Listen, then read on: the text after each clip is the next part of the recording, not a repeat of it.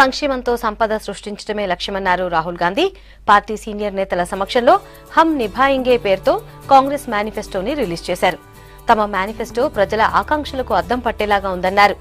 5 ఏళ్లలో పేదలకు 3,60,000 ఇస్తామని, యువతకి ఉద్యోగ కల్పనపై ప్రత్యేక దృష్టి పెడతామన్నారు. వ్యాపారాలు ప్రారంభించేందుకు 3 ఏళ్ల వరకు అనుమతులు అవసరం లేదన్నారు. రైతుల కోసం ప్రత్యేక బడ్జెట్ ప్రవేశపెడతామని, రైతులు రుణాలు చెల్లించకపోతే క్రిమినల్ నేరంగా పరిగణించబోమని హామీ ఇచ్చారు. ఉపాధి హామీని 150 రోజులకు విస్తరిస్తామన్నారు. బడ్జెట్లో విద్యారంగానికి 6% నిధులు కేటాయిస్తామని, పేదలకు కార్పొరేట్ వైద్యం అందిస్తామని స్పష్టం చేశారు రాహుల్.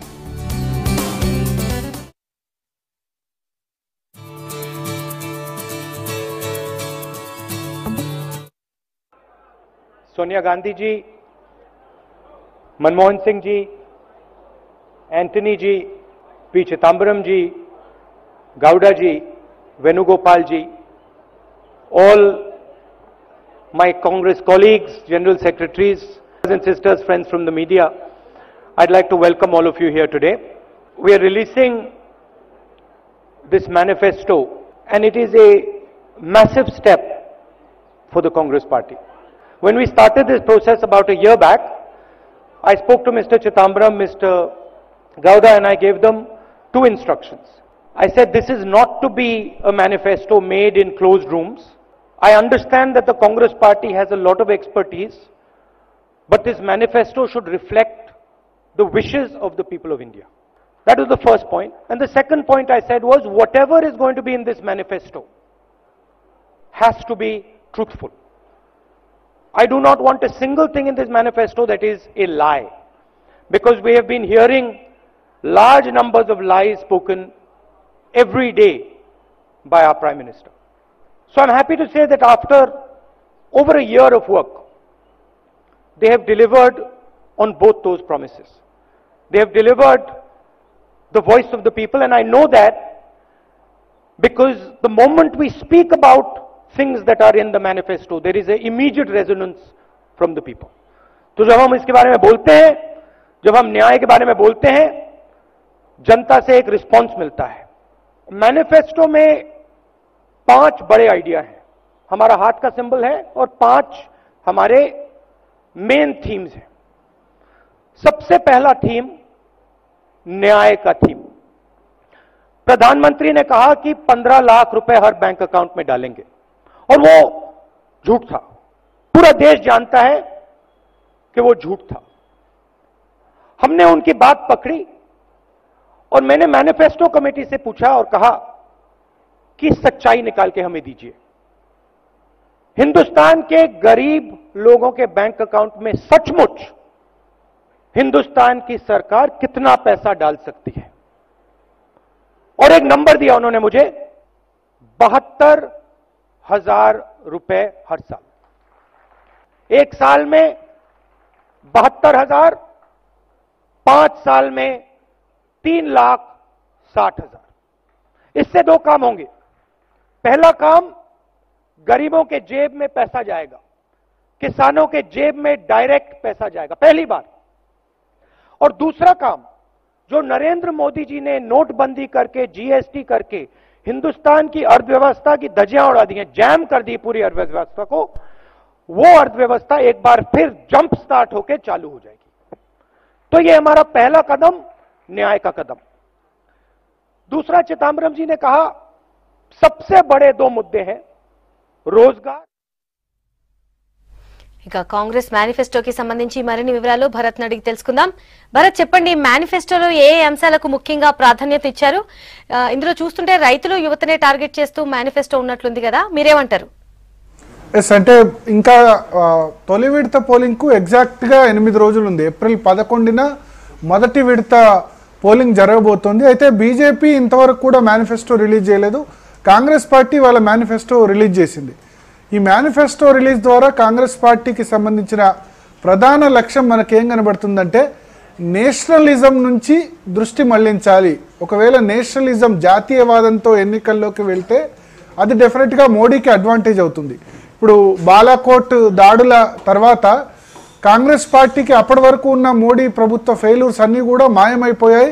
ఇప్పుడు కేవలం పుల్వామా ఘటన, తదనంతరం జరిగిన పరిణామాలే ఎలక్షన్ ఇష్యూస్ను డామినేట్ చేస్తున్నాయి. అందుకనే కాంగ్రెస్ పార్టీ ఈ ఇష్యూస్ను సైడ్ లైన్ చేస్తేనే తమకు విజయం సాధ్యమని భావించింది. అందుకనే ప్రధానంగా యువత ఎదుర్కొంటున్న సమస్యలు, రైతులు ఎదుర్కొంటున్న సమస్యలు, తర్వాత కామన్ మ్యాన్ అంటే ఆమ్ ఆద్మీ కానీ లేకపోతే నిరుపేదలు ఎదుర్కొంటున్న సమస్యల గురించి ప్రధానంగా మేనిఫెస్టోలో ప్రస్తావించింది. ఒకటి, గత కొద్ది రోజులుగా ప్రచారం చేస్తున్నట్లు 72,000 రూపాయలు సంవత్సరానికి చొప్పున 5 సంవత్సరాల్లో ప్రతి పేద కుటుంబానికి, అంటే మొత్తం 5 కోట్ల పేద కుటుంబాలు 25 కోట్ల మందికి లబ్ధి చేకూరుతుంది. ప్రతి పేద కుటుంబానికి 72,000 రూపాయలు సంవత్సరానికి చొప్పున, అంటే నెలకు 6,000 రూపాయల చొప్పున ఇస్తాం. దాన్ని ఇమ్మీడియట్గా స్టార్ట్ చేస్తామని మేనిఫెస్టోలో మరోసారి ప్రకటించారు. ఒక 5-6 చాలా కీలక హామీలు ఉన్నాయి, ప్రజాకర్షక హామీలు మనకు కనబడుతున్నాయి. అందుకనే కాంగ్రెస్ పార్టీ మేనిఫెస్టో రిలీజ్ చేసిన వెంటనే ఆ మేనిఫెస్టోకు సంబంధించిన వెబ్సైట్ పూర్తిగా క్రాష్ అయిపోయింది. అంటే ఆ హిట్స్ ఎక్కువ కావడం వల్ల, కాంగ్రెస్ మేనిఫెస్టోలో ఏముందో తెలుసుకునేందుకు చాలామంది ఆసక్తి చూపడం వల్ల వెబ్సైట్ పూర్తిగా పనిచేయకుండా పోయింది. సో కాంగ్రెస్ పార్టీ కానీ రాహుల్ గాంధీ టార్గెట్ కూడా ఇదే, మేనిఫెస్టో ద్వారా చాలా ఎక్కువ మందిని ఆకర్షించాలన్నది ఈ 72,000కు సంబంధించిన హామీ. దాంతోపాటు ఉద్యోగాలు, ఎందుకంటే యువతలో కొంత అసంతృప్తి ఉంది మోడీ ప్రభుత్వం మీద. మేక్ ఇన్ ఇండియా స్టార్ట్ చేసినా సరే ఎటువంటి ఉద్యోగ అవకాశాలు దొరకలేదన్న అసంతృప్తిని క్యాచ్ చేసుకునేందుకు కాంగ్రెస్ పార్టీ 34 లక్షల ఉద్యోగాల్ని భర్తీ చేస్తామని హామీ ఇచ్చింది. ఈ 34 లక్షల ఉద్యోగాలన్నీ కూడా దీనిలో 24 లక్షల ప్రభుత్వ రంగంలోనే, ఎస్పెషల్లీ సెంట్రల్ గవర్నమెంట్లో కేంద్ర ప్రభుత్వ ఉద్యోగాల్ని 4 లక్షల ఉద్యోగాల్ని వచ్చే సంవత్సరం మార్చి 31 అంటే విత్ ఇన్ 1 ఇయర్లోగా 4 లక్షల కేంద్ర ప్రభుత్వ ఉద్యోగాల్ని భర్తీ చేస్తాం. ఇంకొక 20 లక్షల రాష్ట్ర ప్రభుత్వ ఉద్యోగాలు ఉన్నాయి, ఖాళీలు ఉన్నాయి. వాటన్నిటినీ భర్తీ చేసేందుకు రాష్ట్ర ప్రభుత్వాల్ని ఒప్పిస్తాం. రాష్ట్ర ప్రభుత్వాలు ఫైనాన్స్ కమిషన్, అంటే కేంద్రం నుంచి వచ్చే నిధులు అందుకోవాలంటే ఆ జాబ్స్కు సంబంధించి, ఆ ఉద్యోగాలకు సంబంధించిన నోటిఫికేషన్ పూర్తి చేస్తేనే ఈ నిధుల్ని విడుదల చేస్తామని కండిషన్ పెడతామని కూడా రాహుల్ గాంధీ మొన్న ట్వీట్ చేశారు. 4+20 లక్షలు రాష్ట్ర ప్రభుత్వ ఉద్యోగాలు, అదేవిధంగా మరొక 10 లక్షల ఉద్యోగాలు ప్రతి గ్రామ పంచాయతీకి ఒక సేవామిత్రని నియమిస్తాం.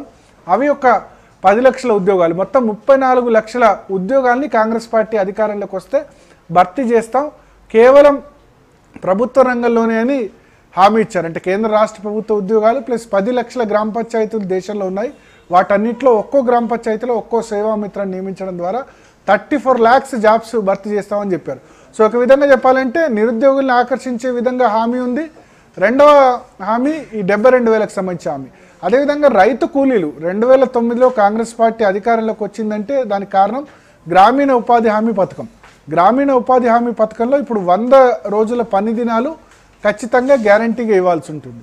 ఈ 100 రోజుల పని దినాలని 150 రోజులకు పెంచుతామని కూడా కాంగ్రెస్ పార్టీ హామీ ఇచ్చింది. ఎందుకంటే ఈ ఉపాధి హామీ పథకానికి చాలా డిమాండ్ ఉంది. జాబ్ కార్డు పొందేందుకు కూడా చాలా తక్కువ పని చేస్తే ఎక్కువ వేతనం కూడా వస్తుంది. ఒక విధంగా కొన్ని రాష్ట్రాలు అయితే డిమాండ్ చేస్తున్నాయి, ఈ ఉపాధి హామీ పథకం వల్ల మాకు వ్యవసాయ పనుల కూలీలు దొరకట్లేదని.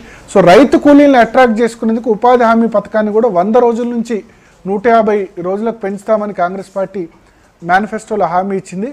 ఇక మిడిల్ క్లాస్ను అట్రాక్ట్ చేసేందుకు, ఎస్పెషల్లీ ఈ పెట్రోల్ డీజిల్ ధరలు తరచుగా పెరుగుతున్నాయి కాబట్టి ఈ పెట్రోల్ డీజిల్ ధరలు తరచుగా పెరగకుండా పెట్రోల్ డీజిల్ ధరల్ని జిఎస్టీ పరిధిలోకి తీసుకొస్తామని కాంగ్రెస్ పార్టీ హామీ ఇచ్చింది మేనిఫెస్టోలో. చాలాసార్లు డిమాండ్ వినిపించింది, జిఎస్టీ పరిధిలోకి వస్తే ఒకవేళ మ్యాక్సిమం ఇప్పుడున్న జిఎస్టీ రేటు 28%. ఇప్పుడు మనకు కేంద్ర రాష్ట్ర ప్రభుత్వాలు వసూలు చేస్తున్న ట్యాక్సులు దాదాపు 70 నుంచి 80% వరకు ఉన్నాయి. సో జిఎస్టీలోకి కనుక పెట్రోల్ డీజిల్ను తీసుకొస్తే కనీసం 15 నుంచి 20 రూపాయలు పెట్రోల్ డీజిల్ ధరలు తగ్గే అవకాశం ఉంటుంది. సో ఆ హామీని కూడా కాంగ్రెస్ పార్టీ మేనిఫెస్టోలో ఇచ్చింది. అయితే ఈ జిఎస్టీ కౌన్సిల్ దీని మీద నిర్ణయం తీసుకోవాలి. రాష్ట్ర ప్రభుత్వాలు ఇందుకు అంగీకరిస్తాయా? మెజారిటీ రాష్ట్ర ప్రభుత్వాలు బీజేపీ చేతిలో ఉన్నాయి. సో వాటికి అంగీకరిస్తాయా లేదా అని, ఎందుకంటే రాష్ట్ర ప్రభుత్వాలకు ప్రధాన ఆదాయ వనరుగా పెట్రోల్ డీజిలే ఉన్నాయి.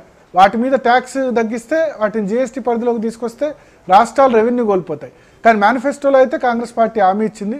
దాంతోపాటు జిఎస్టీ రేట్స్ కూడా ఇప్పుడు 5%, 12%, 18%, 25%, 4 స్లాబ్స్ ఉన్నాయి.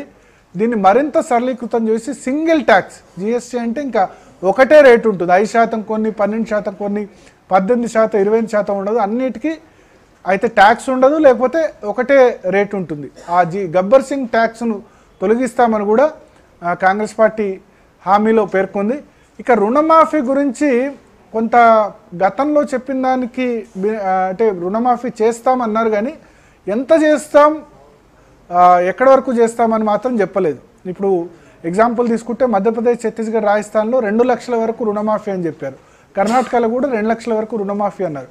కానీ ఇక్కడ మేనిఫెస్టోలో మధ్యప్రదేశ్, ఛత్తీస్గఢ్, రాజస్థాన్లో చెప్పాం, మేము చేసి చూపించాం. ఇక ఆ మిగతా రాష్ట్రాల్లో కూడా రుణమాఫీ చేస్తామన్నారు.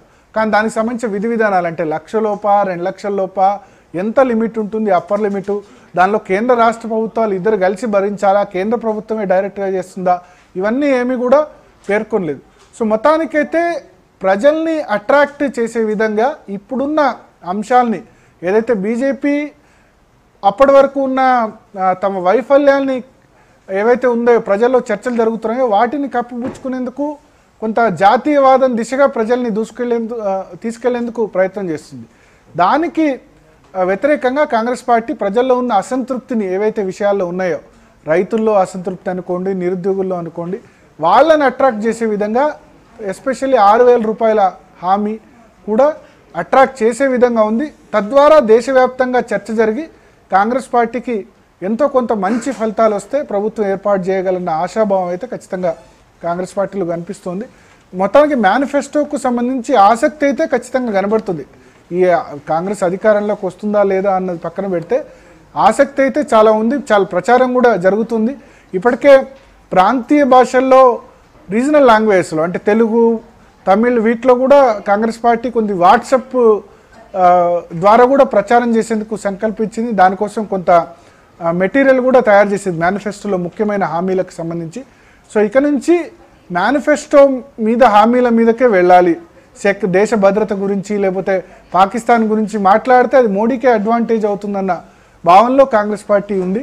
సో అందుకే ఇవాళ మేనిఫెస్టో రిలీజ్ చేశారు. రేపటి నుంచి ఇదే అంశాలని, మేనిఫెస్టోలో ఉన్న అంశాలనే కాంగ్రెస్ పార్టీ ప్రచారంలో ఎస్పెషల్లీ రాహుల్ గాంధీ దీని మీదే ఫోకస్ పెట్టనున్నారని ఏఐసిసి వర్గాలు అంటున్నాయి. సుమలత.